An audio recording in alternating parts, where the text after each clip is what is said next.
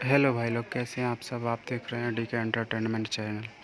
तो आज हम बात करने वाले हैं दोस्तों कि खेसारी लाल यादव की जो न्यू मूवी आ रही है, अपकमिंग मूवी संघर्ष 2 के बारे में।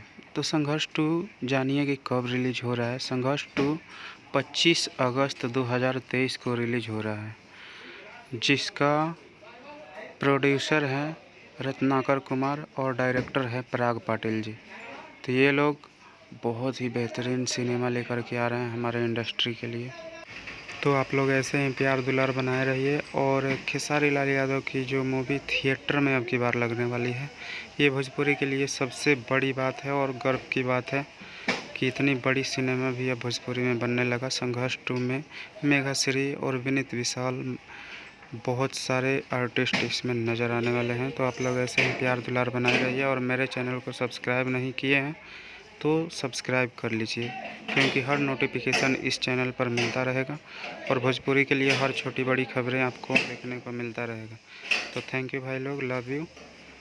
आप लोग देखते रहिए और सपोर्ट करते रहिए।